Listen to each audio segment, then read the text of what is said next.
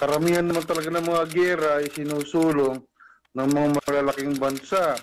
Mas partikular, yung mga elitista ng mga bansang ito na laging pinagkakakitaan ang giyera. Para nga sa kanila, ang giyera ay maganda sapagkat napakadaling paraan para sa kanila ang makakuha ng maraming pera at resources at control, impluensya sa mga bansa. Sa dating Unyong Soviet po, sa Russia ngayon ay pinapakita talaga nilang sila ang nagpasimula ng giyera. Samantalang pagka binaybay po ang kasaysayan ay talaga namang naging masyadong agresibo ang kanluran ng NATO. At sa kabila ng kanilang pangako na hindi sila magpapalawak, umabot na po at nakuha na halos lahat ng mga miyembro dati ng Warsaw Pact at pati sa mga miyembro dati ng Unyong Soviet ay ipinasok na sa NATO. Kung kaya noong February 2022 ay napilitan na ang Russia na kumilos at pumasok nga sa Ukraina upang magbabala na magiging masama ang kahantungan ng giyera kung pipilitin nilang ipasok ang Ukraina sa NATO. Subalit yun na lang halaga ito ng kanluran ng US at ngayon nga humantong na tayo sa ganitong sitwasyon na nanganganib na ang ikatlong digmaang pandaigdig.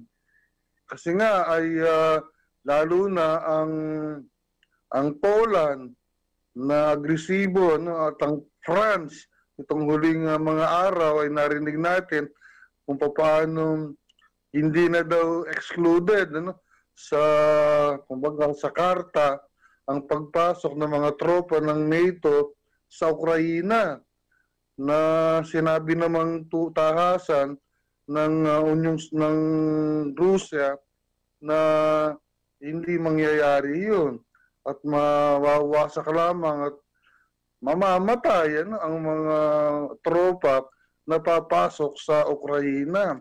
Mhm. Hindi pa natuwa Benji ang mga imperialista sa likod ng mga Zionista sapagkat tuloy-tuloy pa ang kanilang pag-aasik ng lagim at digmaan sa buong mundo. Sinimulan din nila ang giyera sa Palestina. Kawawa ang mga tao doon, lalo na yung mga Palestino. Kasi talagang winasak ng gusto ng walang kalaban-laban ng mga Israeli. Pati yung mga naghahatid lang ng pagkain at humanitarian assistance ay tinatarget nila.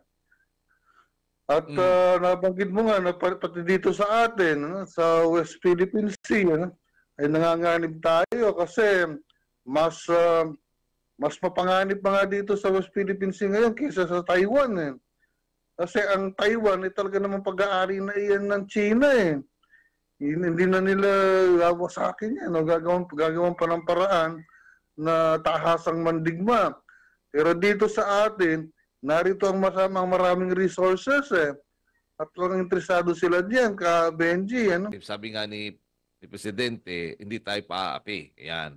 Ngayon, magkahiba sila ng pahayag ng kanyang kapatid, si Senador Amy Marcos. Hindi naman daw sapat din ang katapangan. Pero yung ating yung arsenal, yung mga gamit talagang 'di ba, sabi parang may nagsasabi na kailangan mamili tayo ng armas katulad ng binabanggit mo. Kapag ka nagkaroon ng gulo, ang kikita lang yan ay yung mga tinatawag mga nagpo-produce ng armas. Mukhang nag-aarmas ngayon ng mga bansa sa Rio ng Asia at Pasipiko, Profesor.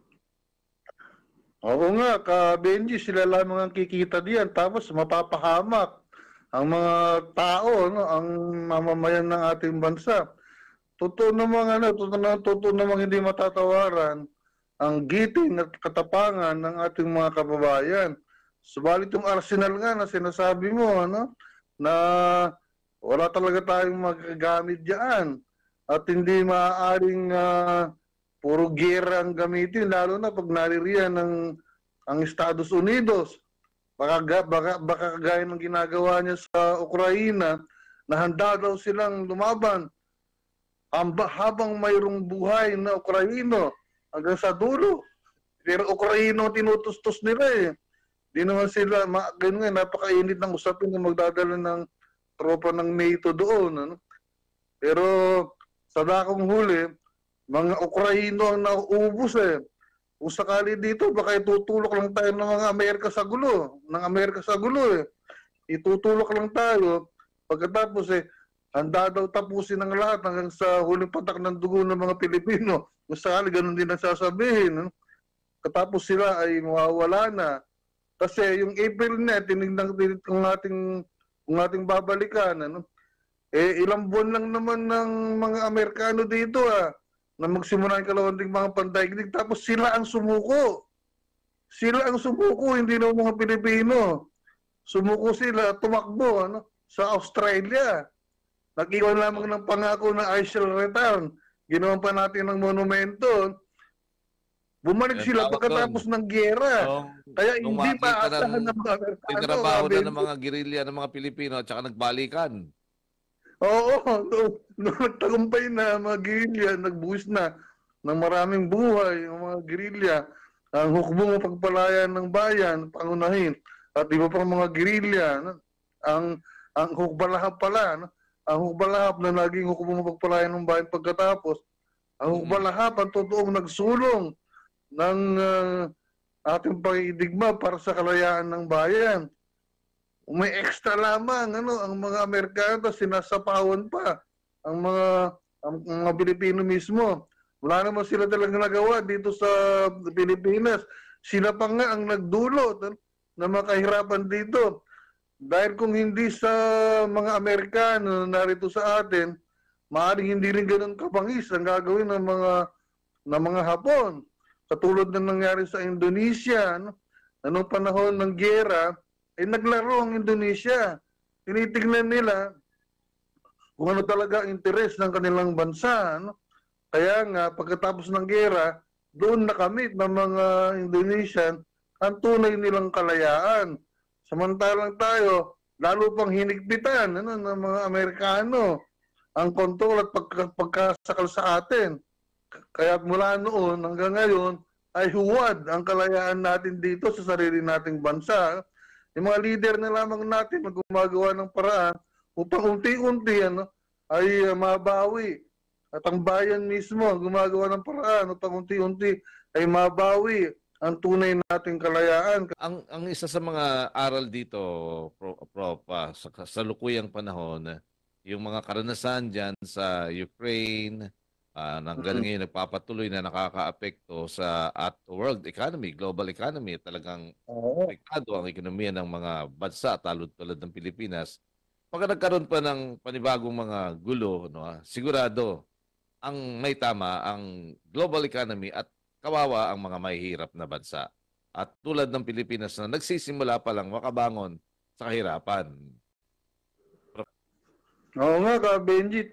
Ang mga mahirap na bansa, ang lalong maghihirap. Kasi nga, ay konektado din tayo sa mga pandaigdigang sistema na ginawa nila sa kalakaran, sa struktura ng pinansya. Kaya nga, ang mga giyera na iyan, mga pisikal, aktual na giyera, pati yung mga giyerang ginawa nila, katulad ng COVID, na ito ay giyera kasi yung bakuna nila ay biochemical weapon na yun eh. Kaya yung mga giyera na sinasagawa nila ay wala talagang ibang masasalanta dyan kundi tayo mga mahirap na bansa. Ito lamang COVID na ito, yung 2 taon na ipinanggiyera nila sa mga mamamayan ng mundo. Ay higit pa ang pananalanta ng combined World War I at World War II sa atin. Lalo na ngayon na physical na giyera, na wala naman tayong mga armas, mangyayari dito ay may didirekta lang nila ang mga mangyayaring kaguluhan. At lalo tayo maging sunod-sunuran sa kanila. At kinakailangan natin maging maingat dito, ka Benji. Kasi itutulak tayo ng mga Amerikano sa gera eh. Kung wari lamang na sumusuporta ang mga iyan, pero gusto nila ng gera.